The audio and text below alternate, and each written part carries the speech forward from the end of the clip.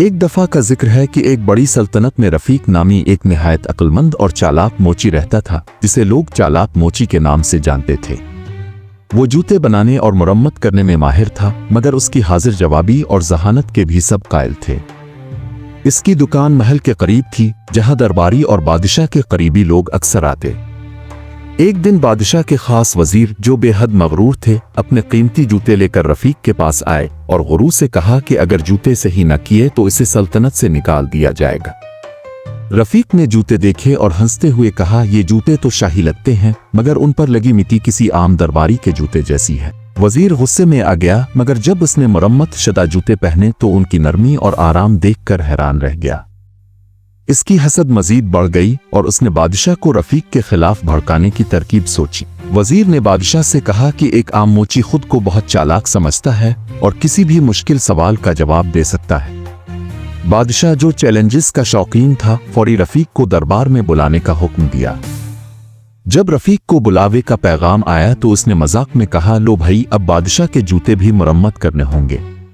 لوگ ہنسے، مگر وزیر غصے میں آگ بگولا ہو گیا۔ دربار میں بادشاہ نے رفیق کو ایک شرط کا چیلنج دیا اور کہا کہ اگر وہ جیت گیا تو اسے محل میں خاص منصب ملے گا، مگر ہارنے پر سلطنت سے بے دخل کر دیا جائے گا۔ رفیق نے شرط قبول کر لی، مگر جب بادشاہ نے کہا کہ شرط کل بتائی جائے گی تو وہ سوچ میں پڑ گیا کہ آخر کیا ترکیب نکالی جائے تاکہ یہ چالاکی کا امتحان جیتا جا سکے۔ اگلے دن جب رفیق دربار پہنچا تو وہاں کا ماحول کچھ مختلف تھا۔ عام طور پر دربار میں صرف وزراء، مشیر اور درباری ہوتے تھے، مگر آج وہاں سلطنت کے بڑے بڑے عالم، فلسفی اور دانشور بھی موجود تھے۔ بادشاہ نے اپنی مسند پر بیٹھ کر اشارہ کیا کہ رفیق کو اندر لایا جائے۔ رفیق بڑے اعتماد سے اندر داخل ہوا اور جیسے ہی درباریوں کی قطاروں کے درمیان سے گزرا، اس نے سب کو غور سے دیکھا اور دل میں بولا، لگتا ہے آج میرا امتحان خوب سخت ہونے والا ہے۔ بادشاہ نے مسکراتے ہوئے کہا، چالاک موچی، ہم نے تمہاری عقل مندی کے بڑے قصے سنے ہیں اور اب وقت آ گیا ہے کہ تمہیں آزمایا جائے۔ اگر تم ہماری شرط جیت گئے تو انعام تمہارا ہوگا، اور اگر ہار گئے تو تمہیں سلطنت سے باہر نکال دیا جائے گا۔ رفیق نے داڑھی کھینچا اور ہلکی مسکراہٹ کے ساتھ کہا، عالی جا، میں شرط قبول کرتا ہوں، لیکن ایک سوال پوچھنا چاہتا ہوں۔ اگر میں ہار گیا تو سلطنت سے نکال دیا جائے گا، مگر اگر میں جیت گیا تو انعام میں کیا ملے گا؟ کہیں ایسا نہ ہو کہ انعام کے طور پر درباریوں کے جوتے مرمت کرنے کی اضافی ذمہ داری سونپ دی جائے۔ بادشاہ اور درباری قہقہا لگا کر ہنس پڑے۔ بادشاہ نے کہا، اگر تم جیت گئے تو تمہیں ہمارے دربار میں ایک خاص مقام دیا جائے گا اور تمہاری عقل مندی کو ہمیشہ یاد رکھا جائے گا۔ رفیق نے سر جھکایا اور بولا، چلیے عالی جا، سوال پوچھیں، مگر یاد رہے میرے پاس نہ تو علم کی بڑی کتابیں ہیں اور نہ ہی دانشوروں کی مدد، صرف میری عقل اور حاضر جوابی ہے۔ بادشاہ نے پہلا سوال کیا، اچھا بتاؤ، دنیا کی سب سے قیمتی چیز کیا ہے؟ رفیق نے کچھ لمحے کے لیے سوچا، پھر بولا، عالی جا، سب سے قیمتی چیز وقت ہے، کیونکہ اگر وقت نکل جائے تو سونے چاندی کے پہاڑ بھی کسی کام کے نہیں۔ وقت بادشاہ کو فقیر اور فقیر کو بادشاہ بنا سکتا ہے۔ ایک پل جو گزر گیا وہ دوبارہ کبھی واپس نہیں آتا۔ دربار میں خاموشی چھا گئی، پھر بادشاہ نے گردن ہلائی اور بولا، بہت خوب، تمہارا جواب بہت دانشمندانہ ہے۔ اب اگلا سوال، دنیا میں سب سے زیادہ طاقتور چیز کیا ہے؟ رفیق مسکرایا، پھر بولا، عالی جا، دنیا میں سب سے زیادہ طاقتور چیز عقل ہے۔ تلوار سے ایک بادشاہ حکومت کر سکتا ہے، مگر عقل سے ایک عام موچی بھی بادشاہ سے شرط جیت سکتا ہے۔ یہ سنتے ہی دربار میں ایک زوردار قہقہا بلند ہوا اور کچھ درباریوں نے تالیاں بجا دیں۔ وزیر، جو کہ پہلے ہی حسد میں جل رہا تھا، غصے سے پیچ و تاب کھانے لگا۔ وہ دل میں سوچنے لگا، یہ موچی تو حد سے زیادہ چالاک نکل آیا، اب اگر اس نے تیسرا سوال بھی جیت لیا تو بادشاہ کو اس پر بھروسہ ہونے لگے گا۔ بادشاہ نے مسکراتے ہوئے تیسرا سوال کیا، آخری سوال، دنیا میں سب سے مشکل کام کیا ہے؟ رفیق نے ایک لمحے کے لیے سوچا، پھر اپنے مخصوص انداز میں بولا، عالی جا، دنیا میں سب سے مشکل کام کسی بے وقوف کو یہ سمجھانا ہے کہ وہ بے وقوف ہے۔ یہ سنتے ہی دربار میں ایسا زوردار قہقہا بلند ہوا کہ ستون بھی ہلنے لگے۔ کچھ درباریوں نے تو اتنی زور سے ہنسا کہ ان کی پگڑیاں نیچے گر گئیں۔ بادشاہ نے زور سے تالیاں بجائیں اور ہنستے ہوئے کہا، رفیق، تم واقعی نہایت ذہین ہو۔ تم نے نہ صرف ہمارے سوالوں کے صحیح جوابات دیے بلکہ انہیں اتنے دلچسپ انداز میں دیا کہ پورا دربار ہنسنے پر مجبور ہو گیا۔ یہ سن کر وزیر کا چہرہ فک ہو گیا۔ वो फौरन बोला, आलीजा, इस मोची की चालाकी को आजमाइश के मजीद मराहिल से गुजरना चाहिए, क्योंकि हो सकता है कि ये महज किस्मत का खेल हो। बादशाह ने दिलचस्पी से पूछा, अच्छा, तुम क्या तजवीज देते हो? वजीर बोला, ये शख्स अक्लमंद तो जरूर है, मगर देखना यह है कि क्या ये अमली तौर पर भी इतना ही चालाक है। मैं एक आजमाइश की तजवीज पेश करता हूँ। बादशाह ने सर हिलाया, ठीक है, बताओ तुम्हारी आजमाइश क्या होगी। वजीर ने एक मक्कारी भरी मुस्कुराहट के साथ कहा, हम उसके सामने 3 डब्बे रखेंगे। इनमें से एक में सोना होगा, दूसरे में कोयले और तीसरे में कुछ नहीं होगा। ये सिर्फ एक डब्बा खोलने का इंतखाब कर सकता है। अगर इसने सोने वाला डब्बा खोल लिया तो मैं मान जाऊंगा कि ये वाकई चालाक है, मगर अगर इसने खाली कोयले वाला डब्बा खोला तो ये साबित हो जाएगा कि ये सिर्फ बातों का माहिर है। बादशाह ने सोचा, फिर रफीक की तरफ देखा, क्या तुम ये चैलेंज कबूल करते हो? रफीक ने मुस्करा कर कहा, आलीजा, मैं तो मोची हूं, जूते के साइज देखकर आदमी का दिमाग पहचान लेता हूं। एक डब्बा पहचानना कौन सा मुश्किल काम होगा। मैं शर्त कबूल करता हूं। बादशाह ने हुक्म दिया और दरबार में 3 खूबसूरत डब्बे रख दिए गए। सब डब्बे एक जैसे नजर आ रहे थे, मगर उनमें से सिर्फ एक में सोना था।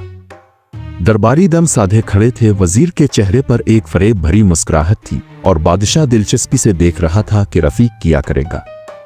रफीक ने पहले तीनों डब्बों का बगौर मुआयना किया, फिर अचानक जोर से कहकहा लगाया। सब हैरान हो गए कि ये क्यों हंस रहा है। बादशाह ने पूछा, रफीक, तुम हंस क्यों रहे हो? रफीक ने मुस्कुराते हुए कहा, आलीजा, मैं हंस इसलिए रहा हूं कि मेरे सामने सबसे आसान चालाकी आजमाई जा रही है। अगर मैं गलत नहीं तो वजीर साहब ने जानबूझकर सोने वाला डब्बा वही रखा होगा जो सबसे ज्यादा पुरकशिश दिखाई देता है, ताकि मैं चक्कर में आ जाऊं। मगर मुझे उनकी चालाकी का पता है। मैं वही डब्बा खोलूंगा जो सबसे ज्यादा आम सा लग रहा है। ये कहकर रफीक ने फौरन एक डब्बा खोला और जैसे ही इसने ढक्कन उठाया, अंदर वाकई सोना चमक रहा था। दरबार में शोर मच गया। लोग हैरान थे कि एक आम मोची इतना ज़हीन कैसे हो सकता है। बादशाह ने तालियां बजाईं और बोला, वजीर साहब, अब क्या कहते हैं? रफीक ने एक बार फिर अपनी चालाकी साबित कर दी। दरबार में एक जबरदस्त शोर बरपा था। रफीक ने वजीर की चालाकी को मात देकर बादशाह की शर्त जीत ली थी। बादशाह बहुत खुश नजर आ रहा था, मगर वजीर के चेहरे पर हल्की हल्की सुर्खी छा गई थी, जैसे वो किसी नई चाल के बारे में सोच रहा हो। अचानक वजीर ने हाथ बुलंद किया और बोला, आलीजा, मुझे अब भी लगता है कि यह महज इत्तेफाक था। अगर ये शख्स वाकई इतना अक्लमंद है तो एक और आजमाइश दी जाए। बादशाह ने भनवें चढ़ाई। अच्छा, अब कौन सी आजमाइश देना चाहते हो? वजीर ने एक लम्हे के लिए सोचा, फिर एक शैतानी मुस्कुराहट के साथ बोला, अगर ये शख्स वाकई अक्लमंद और चालाक है तो इसे हमारे महल के खुफिया कमरे से वो चीज ढूंढ कर लानी होगी जो सबसे ज्यादा कीमती हो। मगर शर्त यह है कि वो सिर्फ एक चीज ही बाहर ला सकता है। दरबार में सब लोग हैरान हो गए, क्योंकि महल का खुफिया कमरा एक भेद भरा मकाम था। कहा जाता था कि वहां खजाने, जादुई अशिया, कदीम किताबें और नायाब अशिया रखी गई थीं। वहां तक रसाई सिर्फ बादशाह को थी और आज तक कोई आम शख्स वहां दाखिल नहीं हुआ था। बादशाह ने कुछ लम्हे सोचा, फिर मुस्कुरा कर बोला, यह दिलचस्प होगा। रफीक, तुम्हें इस चैलेंज का सामना करना होगा। तुम्हारे पास सिर्फ 1 घंटा होगा और तुम सिर्फ एक चीज ही लेकर बाहर आ सकते हो। रफीक ने गर्दन केजा, फिर हल्की मुस्कुराहट के साथ कहा, आलीजा, मैं तैयार हूं। बस ये बताएं कि अगर मैंने वाकई सबसे कीमती चीज लेकर आ गया तो वजीर साहिब क्या करेंगे? बादशाह ने हंसते हुए वजीर की तरफ देखा। अगर तुम जीत गए तो वजीर को तुम्हारे कदमों में झुककर मुआफी मांगनी होगी। ये सुनते ही दरबारी कहकहा लगाने लगे और वजीर का चेहरा मजीद सुर्ख हो गया, मगर वो खामोश रहा, क्योंकि इसे पूरा यकीन था कि रफीक नाकाम हो जाएगा। सिपाहियों ने रफीक को एक खुफिया कमरे तक पहुंचाया और दरवाजा खोल दिया। जैसे ही वो अंदर दाखिल हुआ, इसकी आंखें हैरत से फैल गईं। कमरा वाकई किसी ख्वाब से कम न था, जहां सोने के खजाने के ढेर लगे थी, हीरे जवाहरात चमक रहे थे, नायाब किताबें रखी थीं, कदीम तलवारें और जादुई अशिया शीशे के खानों में मौजूद थीं। रफीक ने गहरी सांस ली और सोचने लगा कि सबसे कीमती चीज क्या हो सकती है। सोना एक आम चीज थी और अगर वो कोई जादुई शय ले जाता तो शायद लोग इस पर यकीन न करते। इसे कुछ ऐसा करना था जो सबको हैरान कर दे। अचानक इसकी आंखों में चमक आई और वो मुस्कुराते हुए आगे बढ़ा, एक चीज पकड़ी और दरवाजे की तरफ बढ़ गया। सिपाही हैरानी से देखते रहे मगर कुछ न कहा। जैसे ही रफीक दरबार में वापस आया, सब लोग हैरत में पड़ गए। बादशाह ने गौर से देखा और फिर जोरदार कहकहा लगाया, जबकि वजीर का चेहरा फक हो गया, जैसे इसे यकीन न आ रहा हो। रफीक के हाथ में वजीर का हाथ था। बादशाह ने हंसते हुए पूछा, ये क्या है? रफीक ने मुस्कुराकर जवाब दिया, आलीजा, वजीर साहिब ही सबसे कीमती चीज हैं, क्योंकि अगर वजीर ना हो तो बादशाह को साजिशों से खतरा ना हो और दरबारियों को हंसी का सामान ना मिले। दरबार में जोरदार कहकहा बुलंद हुआ और सब ने तालियां बजाईं। वजीर गुस्से में पागल हो गया मगर कुछ न कह सका। बादशाह ने हंसते हुए कहा, वजीर साहिब, अब आपको वादे के मुताबिक रफीक के कदमों में बैठकर मुआफी मांगनी होगी। वजीर ने शर्मिंदगी से सर नीचे कर लिया और रफीक के कदमों में बैठकर बोला, मुझे मुआफ कर दो ए अक्लमंद मोची। रफीक ने हल्का सा कहकहा लगाया और वजीर को उठने में मदद दी। तब बादशाह ने ऐलान किया, रफीक, तुमने अपनी हाजिर जवाबी और चालाकी से साबित कर दिया कि अक्ल दौलत से ज्यादा कीमती है, इसलिए मैं तुम्हें महल में खास मनसब देता हूँ। रफीक ने आजिजी से कहा, आलीजा, मैं अपनी दुकान पर खुश हूँ। अगर आप इजाजत दें तो मैं सिर्फ दरबार में कभी कभार मेहमान के तौर पर आया करूंगा, मगर मोची ही रहूंगा। बादशाह ने मुस्कुराकर सर हिलाया और हुक्म दिया कि रफीक को सोने और चांदी से नवाजा जाए। इस दिन के बाद रफीक सल्तनत का सबसे मशहूर आदमी बन गया। इसकी अक्लमंदी और चालाकी के किस्से दूर दूर तक फैल गए। वजीर को अपनी चालाकियों का अंजाम देखकर समझ आ गई कि हर साजिश का जवाब हमेशा नहीं चलता। ये कहानी हमें सिखाती है कि अक्ल दौलत से ज्यादा कीमती होती है और सबसे बड़ा हुनर मौका की नजाकत को समझना और हाजिर जवाबी से काम लेना होता है।